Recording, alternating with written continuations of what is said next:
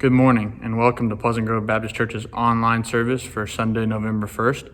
We welcome you for being here, no matter who you are, whether you're a member who doesn't feel quite comfortable enough to come back to our services yet, or you're out of town and you just couldn't make it this morning in person, or you're just a guest trying to see who we are at Pleasant Grove. We just thank you for being here. We pray that you would have a great time in this worship service and that it would be spirit-filled no matter where you are, and that his message would be able to be applied to each of us in the way that he wants it to. And so I'm Garrett Hall. I'm the ministry intern here. I also lead the youth. And then Brother Will has also graciously allowed me to preach about every 4 to 6 weeks. I know I'm not quite up to his level yet, so I thank you guys for sticking with me and putting up with me up here as I preach. But I was thankful for the opportunity, and I just hope that the message that God's put on my heart today can be applied to each and every one of us. And so we've been going through the book of Ruth in a sermon series, and today we're in chapter 2, verses 14 to 23. And so just kind of a recap is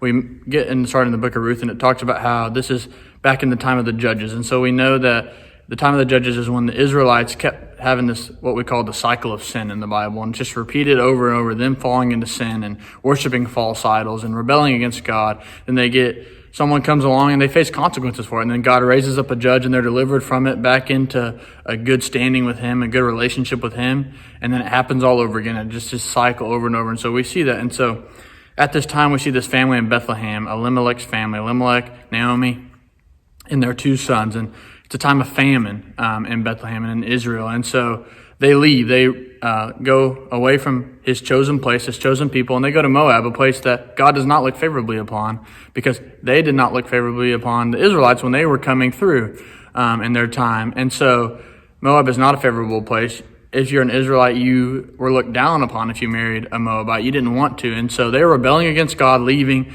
trying to go find food for their family, but they're rebelling against God because they're leaving his people, his chosen place, and going somewhere where he does not look favorably upon these people. And so they leave, and they face the consequences for it. They show up, and their 2 sons marry Moabite women, Ruth and Orpah. And then it shows, just right after that, it talks about how Elimelech and the 2 sons just die. They die for whatever reason. It doesn't specify, but they die. And so it's just Naomi and her 2 daughters-in-law, Ruth and Orpah. And so all of a sudden, Naomi hears that God is working with his people again, that there's no longer, the famine is coming to an end. God's working with the people, and so she wants to go back, but she wants to tell Orpah and Ruth to stay because she knows that, first off, for a Moabite in Bethlehem and in Israel, they're going to be looked down upon. It's going to be hard for them to have a good life, especially as widows. And so she wants them to go back to their family, stay with their family. And so Orpah, sad, but she goes ahead and she does that. She cries, she hugs Naomi, and then she goes back to her family. But Ruth says no. Ruth says, wherever you go, I will go. Your people are now my people, and your God is now my God. And so Ruth now follows God. She has a faith in God now. Wherever Naomi goes, Ruth is going to go. And Naomi just quits talking to her. She's probably like, there's no point in arguing anymore. I'm just going to go ahead and go, or quit talking. We're just going to go, and I'm just going to quit talking to her. And she just doesn't have a great attitude about it. Then we go into the next chapter, and we see that she comes back, and all the people from Bethlehem are like, Naomi, it's good to see you. And she's like, don't call me Naomi, call me Mara, which in Hebrew means bitter, the bitter one. And so she's still complaining. She's still whining about what's happened. She talks about how God has dealt harshly with her. And she just has a horrible attitude about it. Even though she rebelled against God and faced consequences for it, she's upset that what has all happened to her. And so she doesn't have this great attitude going forward, and her faith is struggling right now. She's lacking in it, and she's not really trusting God to do what he can do. She's just upset and wants to complain and whine about it. And then Ruth, on the other hand, she has this new faith. She's traveling. She's in a place though where Moabites are not looked upon in a good way. But Ruth's faith is so strong, and she just takes action wherever she can. She puts her faith in God, and then she acts on it. Her faith is a verb. She works on it. She uses it to her advantage, you could say. She acts on it. She trusts God, and then she acts. And that is where you can see she starts to get rewarded. And that we meet this character named Boaz, who's this great man of God, and we see that he is a relative of Elimelech's. And so she goes out, and Ruth, it's the beginning of the barley and wheat harvest, and she goes out to do a law in the Israelite law that's kind of like a welfare plan, that for widowers and poor during the harvest, whatever was dropped by the harvesters, the widowed and the poor could come pick up. And that was like a welfare system for them. So they could be fed even if they couldn't earn it themselves. And so she knows this. She goes out and she just so happens to be in Boaz's field. And then Boaz looks upon her very graciously. He's heard what she's done for Naomi. She's heard of her character. And so he rewards her greatly. And so as we go into verses 14 to 23, we're going to see three things that God does for Ruth and Naomi through Boaz. That's an illustration of how God works for us in our lives. And so we're just going to go ahead and read the whole thing, and then we'll just go through it expositionally in here, and we'll see what God does for Ruth and Naomi that he's promised to do for us. And it's as we go on, we'll see this great thing. And then we'll lead into chapters 3 and 4 in these next couple weeks that just get better and better. And you can just see God's hand moving through every person, no matter what their attitude, no matter what their relationship with him is like. God's hand is clearly moving in this book, as it does, throughout the whole Bible. So let's go ahead and start reading. Starting in verse 14, it says, "And at mealtime Boaz said to her, 'Come here and eat some bread and dip your morsel in the wine.' So she sat beside the reapers, and he passed to her roasted grain, and she ate until she was satisfied, and she had some left over. When she rose to glean, Boaz instructed his young men, saying, 'Let her glean even among the sheaves, and do not reproach her, and also pull out some from the bundles for her, and leave it for her to glean, and do not rebuke her.' So she gleaned in the field until evening. Then she beat out what she had gleaned, and it was about an ephah of barley. And she took it up and went into the city. Her mother-in-law saw what she had gleaned. She also brought out and gave her what food she had left over after being satisfied. And her mother-in-law said to her, 'Where did you glean today, and where have you worked? Blessed be the man who took notice of you.' So she told her mother-in-law with whom she had worked, and said, 'This man's name with whom I work today is Boaz.' And Naomi said to her daughter-in-law, 'May he be blessed by the Lord, whose kindness has not forsaken the living or the dead.' Naomi also said to her, 'The man is a close relative of ours, one of our redeemers.' And Ruth the Moabite said, 'Besides, he said to me, you shall keep close by my young men until they have finished all my harvest.' And Naomi said to Ruth, her daughter-in-law, 'It is good, my daughter, that you go out with his young women, lest in another field you be assaulted.' So she kept close to the young woman of Boaz, gleaning until the end of the barley and wheat harvest, and she lived with her mother-in-law." So this is a meat-packed section right here. We got a lot to go through this morning, and I promise it won't be too long of your time. But we see here that, so we see in this last message that Brother Will talked about. If you haven't heard it, he spoke this last sermon on the beginning of chapter 2, and he talked about how Ruth lived by faith and how Boaz lived by grace, and how we need to live by both of those in our lives, and how Ruth was faithful to God. She acted upon it. She used the advantages of the Israelite law that God used to provide for the people that were widowed or poor. She took advantage of that, and she was rewarded greatly by just so happening to be in Boaz's field and what he's done for her. And then Boaz graciously looks upon her. And as we see here, he's going to go beyond, as we just read the law, what the law requires for him to do. He's very gracious, and God provides for Ruth and for Naomi through this. And so that's the first point today, is that provision. God has promised to provide for us. And then we see that clearly right here. And first, starting right from the beginning at mealtime, Boaz allows her to eat with him. Now, that's not something that a poor person that wasn't actually harvesting or working, or a servant, or definitely a widow, would get to do, is just go up there and eat the food prepared for them. And he also says to get some bread and dip the morsel in the wine. That's something that is very expensive. That's very rare. That's for the rich of the people of Bethlehem and Israel. And so that's not something that she would definitely or rarely ever get to do. And so we see this provision that God just works through us to go beyond what Ruth actually deserved or what she even needed, and just went farther than that because of her faith, because of what she's done. It says she ate until she was satisfied, not something that a widow and a poor person would normally get to do, because they just didn't have the funds, they just didn't have the food to fill themselves up all the time, and especially not to have leftovers like she had. And at the same time, you see that provision for Ruth, you're seeing that for Naomi, because later on it talks about how she's going to bring that food back to Naomi. And so God provides just here at this mealtime, just in one meal, way more than Ruth could have imagined, or Ruth even deserved, or someone that was in Ruth's state could have deserved. Because, number one, God just provides. He's promised that provision no matter what for the children of his family. But also, Ruth acts upon her faith. Ruth is very faithful. She's got a great character. She's got a noble character, as it's said later on in the book of Ruth. And so she's rewarded greatly for that. And then it goes on to say the second thing is Boaz's generosity in harvesting. So he tells his men to not only just give her what's dropped, because that's the law. That's what the law requires if you drop something. But he says to drop stuff on purpose.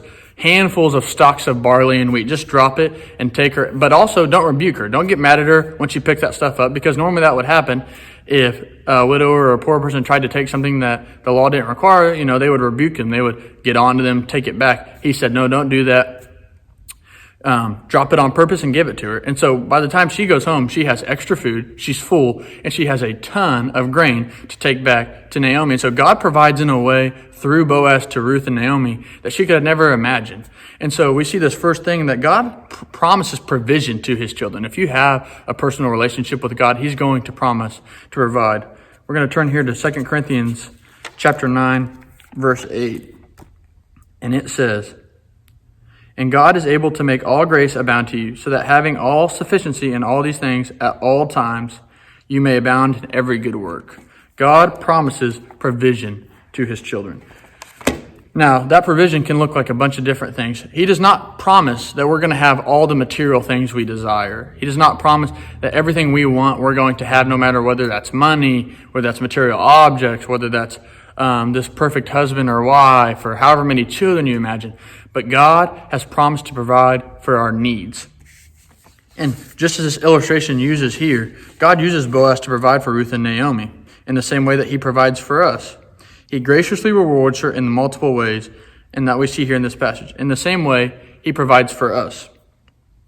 And he even provides for Naomi, like we talked about. And Naomi hasn't, as we've seen, had this great faith. And so we're going to see a little bit later why necessarily that is. But we know that God is good. We know that God goes way beyond what we deserve, that Jesus dying on the cross was way more than we could have ever deserved. And still, to this day, we're never going to deserve that. We could have never done anything to earn that.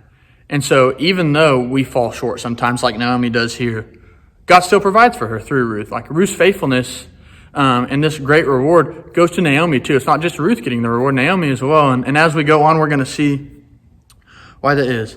The point is that Boaz's generosity and provision to Ruth is an example of how God generously provides for his children. Be faithful, read the word, devote yourself to prayer, search for him constantly, and you too will continue to be provided for. We know that God works everything good for those that love him and follow him. And so if we devote ourselves to his word, if we continuously pray, if we serve his church like we're supposed to, if we just try to glorify him in everything we do, if we try to put his will at the center of our lives, if we try to put him first, we know that we too are going to be provided for, but also God's going to take that extra step. He's going to provide just the bare minimum of what we need. He's going to go beyond, like he did for Ruth, like he did for Naomi. And so the first one is provision. We know that we see here that Boaz provides for Ruth. We saw that in the beginning, and we see that now. And then also, because God provides for us, as an illustration of what God does for his children. The second one is we see protection. Boaz tells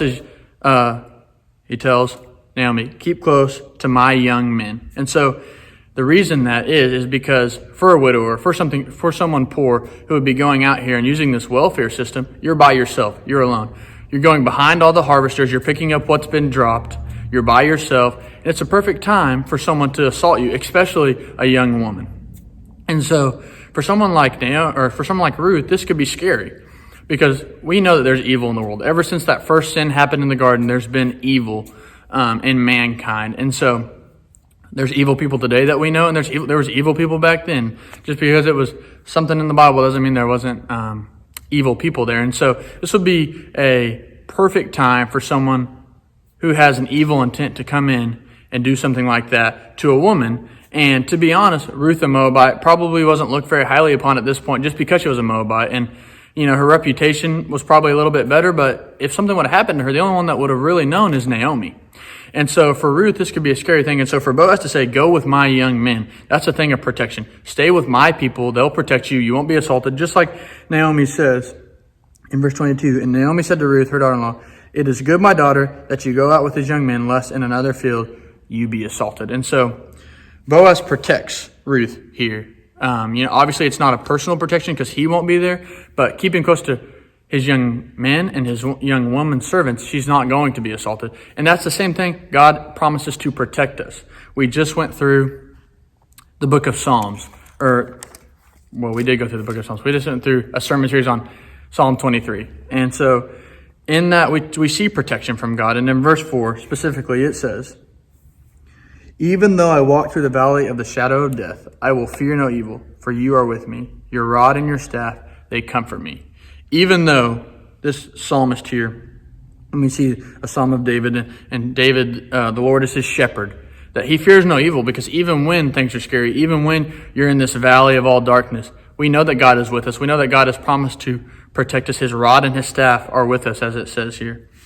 And so this illustration, we see that God's not only going to provide for us, he's also going to protect us, which, those two go right in hand. Provision in the same way he provides us with protection.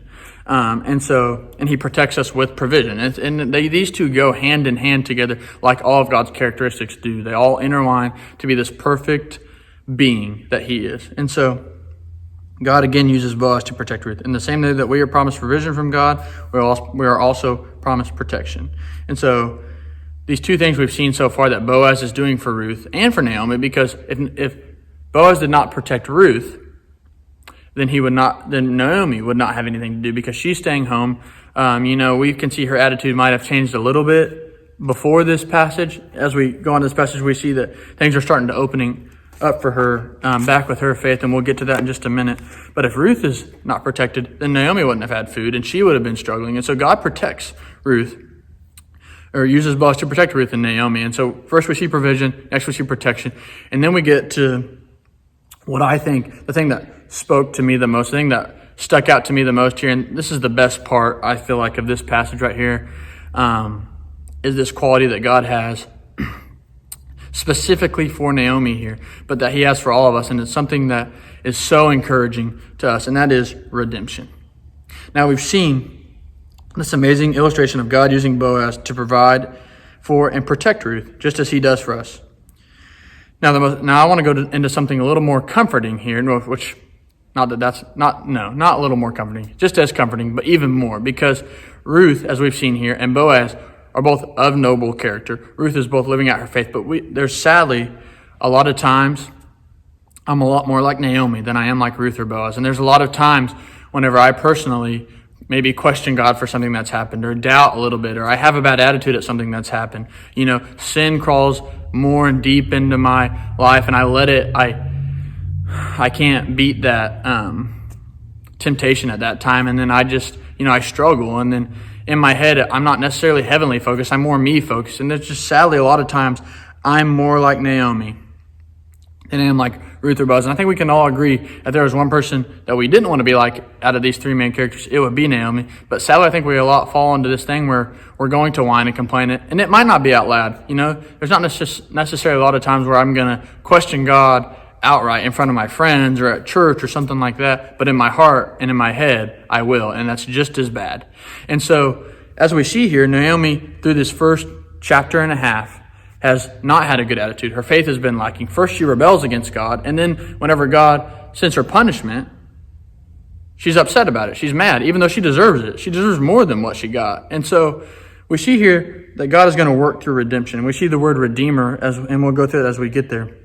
But the one thing that's great about this is that God never stops working, even when we are lacking in our faith. He still works to bring us back to him, and that is what he's doing with Naomi. It's not just a coincidence that Naomi just so happened to hear that God was working in Israel again and in Bethlehem. And it's not a coincidence that just so happened that she shows up with Ruth at the beginning of the wheat and barley harvest. And it just so happens that Ruth goes out into the field and she's with Boaz. These aren't coincidences. This is God's hand moving through it. And you see here that Naomi starts to realize, and she starts to see that God's hand is moving. There's a lot of times I know that we can't necessarily see God's hand moving in the present. But as we look back in the past, and as we'll move on to the future, and we can look back in the time we're in now, we'll be able to see God's hand moving. And this is finally where Naomi's at. She finally realized these aren't coincidences.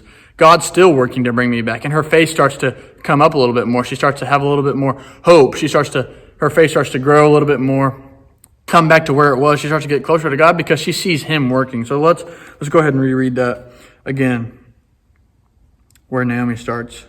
In 19 it says, "And her mother-in-law said to her, 'Where did you glean today, and where have you worked? Blessed be the man who took notice of you.'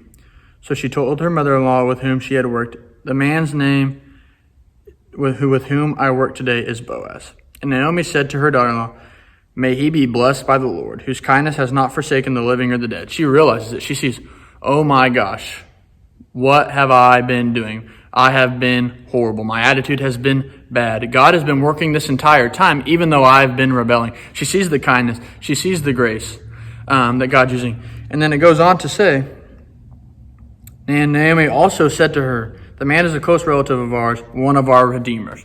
And so what that means, in Old Testament law, a redeemer was a family member, a close relative that could make up for lost property. So in this case with Elimelech, he dies. One of his close relatives can come in and be a kinsman redeemer, can redeem the family, can pay off whatever it does, and get that family back and get that land back and help their family out. So in Old Testament law, if someone died, if you lost land, if you went into debt, something like that, you could have a close relative that could come in and be your redeemer, as it's called, the kinsman redeemer in this. And so Boaz is someone that's close enough to Elimelech to be one of their redeemers. He could come in and he could bring Ruth and Naomi back. He could take over their land. He could bring them from being widowed and poor to being married again and wealthy, like he is, because like it says in the beginning, he's a very noble man of God. And obviously with having this field and these workers, he has some wealth here. And so Naomi even realizes even more that not only has God just been good to them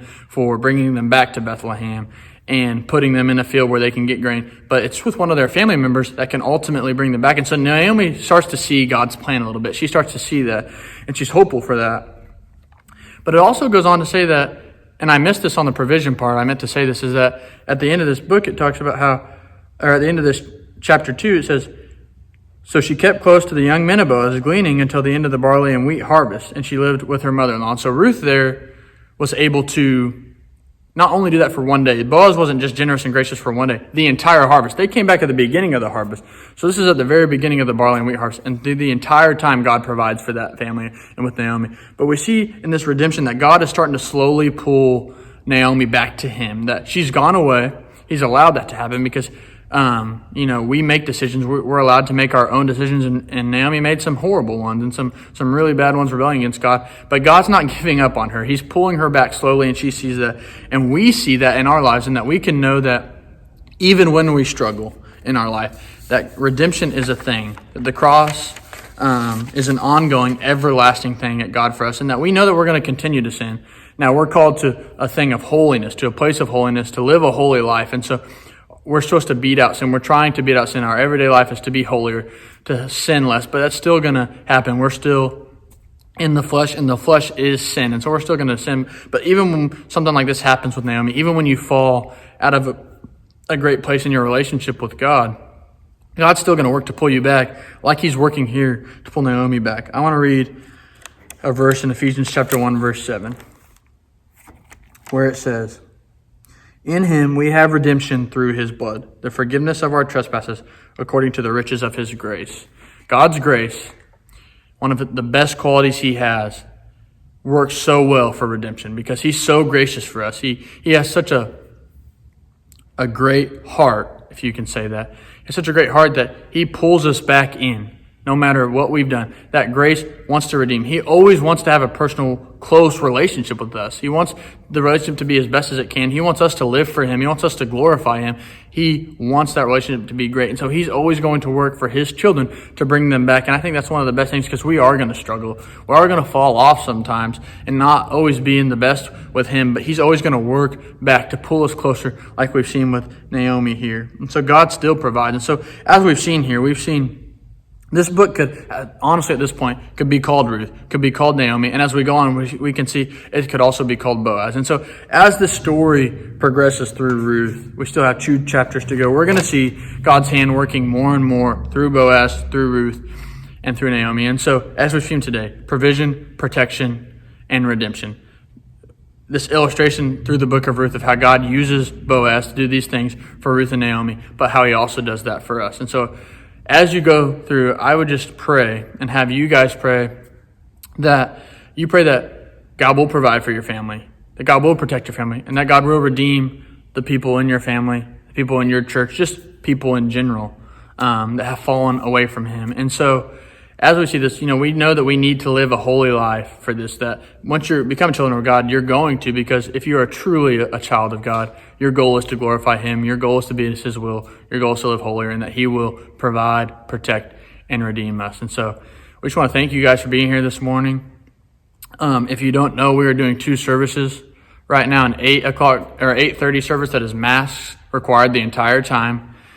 For people that are still not quite comfortable coming back, that's a little bit a better option than our 11 o'clock service, which is our normal service time, which is we ask that you wear a mask when you come in, but when you get to your seat, you can take it off and things like that. We also have Sunday school at 9:45 in between those 2 services. So if you want to come to the first one and then go to Sunday school and then leave, or you want to go to Sunday school and then go to the second one, whatever you'd like to do. But we try to do the 8:30 service to where we get out just in time before the people start showing up for Sunday school. That way, if you want to get out before more people show up, you're allowed to do that. And so I thank you guys for being here this morning.